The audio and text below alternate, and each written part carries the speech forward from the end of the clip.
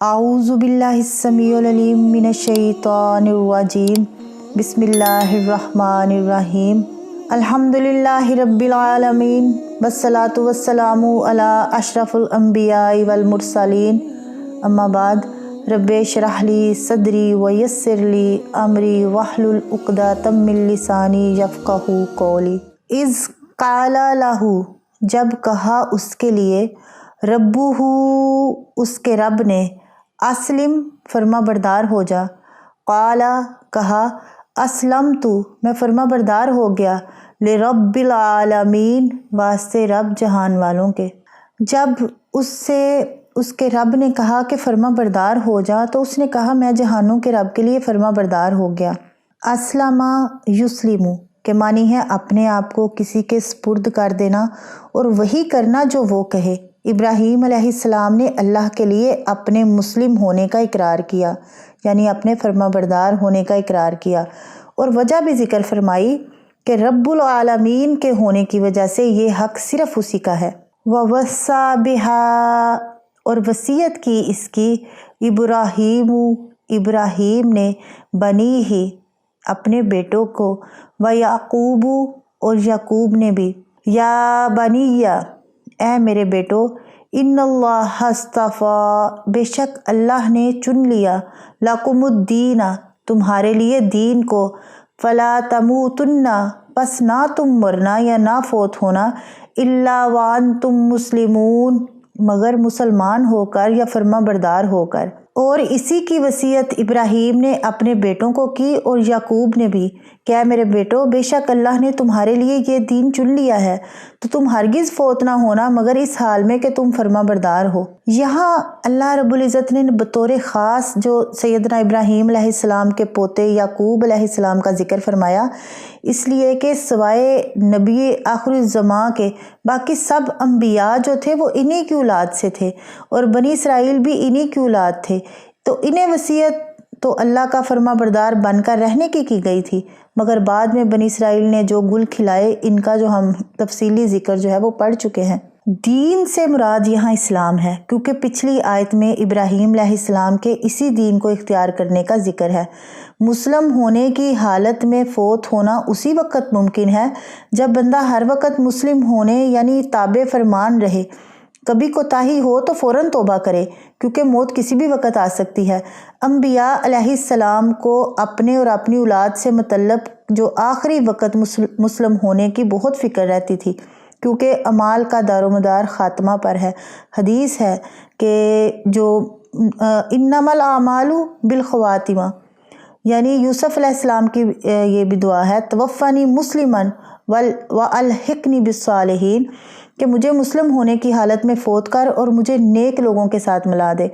اگرچہ آخر وقت مسلمان ہونا بندے کے اختیار میں نہیں بلکہ اللہ تعالیٰ کے ہاتھ میں ہے، مگر اللہ تعالیٰ کی سنت یہی ہے کہ جو آدمی دلی لگاؤ کے ساتھ نیک یا بد جو بھی راہ اختیار کرتا ہے تو اس پر اگر وہ کار بند رہنے کی کوشش کرتا ہے، یعنی اس پر عمل کرنے کی کوشش کرتا ہے، تو اللہ تعالیٰ کی طرف سے اسے اسی کی توفیق دے دی جاتی ہے اور وہی راہیں اس کے لیے آسان کر دی جاتی ہیں۔ ام کنتم، کیا تم، شہداء، گواہ تھے، اذ حضر، جب آئی، یعقوب الموت، یعقوب علیہ السلام کو موت، اذ قال، جب کہا، لبنیہ، اپنے بیٹوں سے، ما تعبدون، کس کی عبادت کرو گے، من بعدی، میرے بعد، قالو،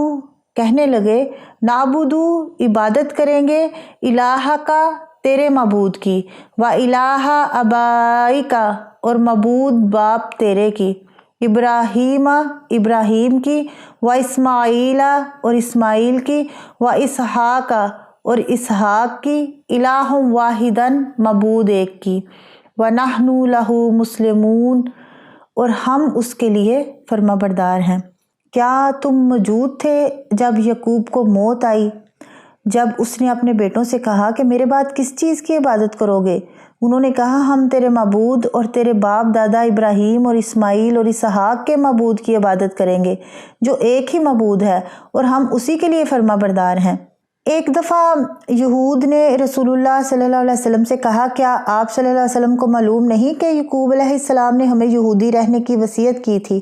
اس وقت یہ آیت نازل ہوئی اور اللہ تعالیٰ نے یہود مدینہ سے پوچھا کہ جب یعقوب علیہ السلام مرنے کے قریب تھے تو کیا تم اس وقت موجود تھے جو اتنے وثوق سے کہتے ہو کہ یعقوب علیہ السلام نے یہودیت کی وصیت کی تھی؟ پھر جو کچھ یعقوب علیہ السلام نے موت کے وقت اپنے بیٹوں سے پوچھا اور جو بیٹوں نے جواب دیا اس کو اللہ تعالیٰ نے خود بیان کر کے یہود کے اس قول کی تردید فرما دی، اور اس میں نصارہ اور مشرکین مکہ کی تردید بھی ہے جو اپنے آپ کو ابراہیم علیہ السلام اور ان کی اولاد کی طرف منسوب کرتے ہوئے کہا کرتے تھے کہ ان کا دین بھی یہودیت، نصرانیت یا بت پرستی تھا۔ قرآن مجید نے بتایا کہ تم ان بزرگوں پر بہتان باندھ رہے ہو، ان کا دین بھی یہی اسلام تھا جس میں توحید اور اخلاص کی تعلیم دی گئی ہے۔ تلکا امتن، یہ امت ہے، قد خلت، جو گزر چکی ہے، لاہا ما کسبت، اس کے لیے جو اس نے کمایا، ولکم، اور تمہارے لیے ما کسبتم، جو تم نے کمایا، بلا تسالون، اور نہیں تم سے سوال کیا جائے گا، اما، ان کے بارے میں، کانو یعملون، وہ جو تھے کرتے۔ یعنی یہ ایک امت تھی جو گزر چکی ہے، اس کے لیے وہ ہے جو اس نے کمایا اور تمہارے لیے وہ جو تم نے کمایا، اور تم سے اس کے بارے میں نہیں پوچھا جائے گا جو وہ کیا کرتے تھے۔ یہاں یہود کو خبردار کیا جا رہا ہے کہ انبیاء اور صالحین کی طرف اپنی نسبت پر مغرور نہ ہوں، یہ نسبت تمہارے کچھ کام نہ آ سکے گی، بلکہ نجات کا جو دار و مدار ہے انسان کے اپنے اعمال پر ہے۔ ان کے اعمال ان کے ساتھ گئے اور تمہارے اعمال تمہارے ساتھ ہوں گے۔ تمہارے لیے تو وہی کچھ ہوگا جو تم خود کر رہے ہو، تم سے یہ نہیں پوچھا جائے گا کہ تمہارے آباء و اجداد کیا کیا کرتے تھے، بلکہ یہ پوچھا جائے گا کہ تم خود کیا کرتے رہے۔ وقالو، اور انہوں نے کہا، کونو، ہو جاؤ، ہودن، یہودی، او نصارا، یا نصرانی، تہتدو، تو ہدایت پا جاؤ گے۔ قل، کہہ دیجئے، بل ملت ابراہیم، بلکہ مذہب ابراہیم، حنیفاً، جو ایک طرف کے تھے، وما کان من المشرکین، اور نہیں تھے وہ مشرکوں میں سے۔ اور انہوں نے کہا یہودی ہو جاؤ یا نصرانی تو ہدایت پا جاؤ گے، کہہ دیجئے بلکہ ہم ابراہیم کے مذہب کی پیروی کریں گے جو ایک اللہ کا ہونے والا تھا اور مشرکوں سے نہ تھا۔ اہل کتاب مسلمانوں کو یہودیت اور نصرانیت کی دعوت دیتے اور ہدایت کو اپنے دین پر منحصر مانتے تھے۔ ابن عباس رضی اللہ عنہما فرماتے ہیں کہ عبداللہ بن سوریہ یہودی نے رسول اللہ صلی اللہ علیہ وسلم سے کہا، ہدایت صرف وہ ہے جس پر ہم ہیں، اس لیے آپ ہماری پیروی کریں تو ہدایت پا جائیں گے، اور نصرانیوں نے بھی ایسے ہی کہا۔ تو اس پر یہ آیت اتری کہ یعنی آپ کہہ دیں ہم تو ابراہیم علیہ السلام کے مذہب کی پیروی کریں گے جو حنیف تھے اور مسلم تھے، یعنی تمام گروہوں اور آباء و اجداد کے طریقوں سے ہٹ کر ایک اللہ کی طرف ہو کر پوری طرح اس کے تابع فرمان تھے اور مشرک نہ تھے۔ ان کا دین حق پر تھا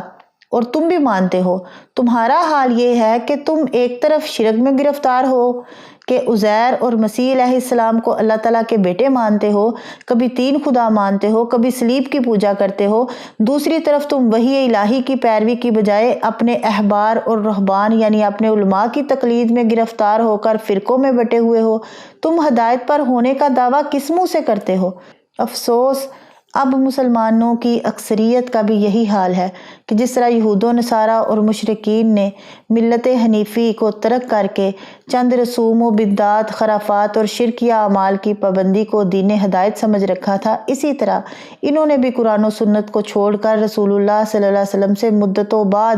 آنے والے بزرگوں کی تقلید کو، جو نبی بھی نہیں تھے، واجب قرار دیا۔ اللہ کی بجائے غیر اللہ سے مانگنے کو، حج کی بجائے بزرگوں کے مقبروں پر جانے کو، اور نماز، روزہ، زکوٰۃ ترک کر کے خود ساختہ اوراد، وظائف اور چلہ کشی کو اللہ کے قرب کا ذریعہ قرار دیا۔ اگر کوئی توحید اور قرآن و سنت کی دعوت دے تو اسے بے دین اور گمراہ قرار دیا۔ اسلام دراصل عقائد اور اصول کے مجموعے کا نام ہے، یعنی توحید کا عقیدہ اور وحی الہی کا اتباع۔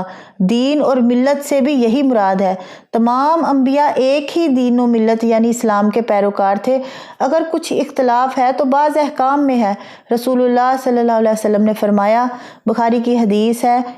ابو ہریرہ رضی اللہ عنہ اس کے راوی ہیں، کہ تمام جو انبیاء ہیں وہ الاتی بھائی ہیں، ان کی مائیں یعنی شریعتیں مختلف ہیں اور ان کا دین ایک ہے۔ اس لحاظ سے دین محمدی بھی ملت ابراہیم ہی ہے۔ یہودیت اور نصرانیت ملت ابراہیم سے خارج ہیں، کیونکہ وہ توحید الہی کی بجائے شرک میں اور وحی الہی کی پیروی کی بجائے تقلید یعنی احبار اور رہبان کی پیروی میں گرفتار ہو گئے، یعنی اپنے علماء کی پیروی میں گرفتار ہو گئے اور تورات انجیل پر عمل چھوڑ بیٹھے۔ اگر وہ واقعی مسلم ہوتے تو تورات اور انجیل میں نبی صلی اللہ علیہ وسلم کی صفات موجود ہونے کی وجہ سے آپ پر ایمان لے آتے۔ آخر دعوانا ان الحمد للہ رب العالمین۔